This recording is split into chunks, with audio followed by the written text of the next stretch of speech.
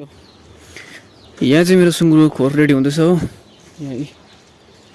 यहाँ मसला आदि हाल्नु छ। यतापट्टि चाहिँ सकिसकेको अवस्था छ हो। यहाँ ढलाइ गरेर यतापट्टि चाहिँ भर्खर सक्यो। यहाँ बडाउ चाहिँ मेरो हेल्पर हो, मसला बनाउनुमा बडाउ छ, म चाहिँ यहाँ मिस्त्रीमा हो। यताको चाहिँ फिनिसिङ भएको, फिनिसिङ भन्दा पनि ढलाइ चाहिँ हालिसक्यो।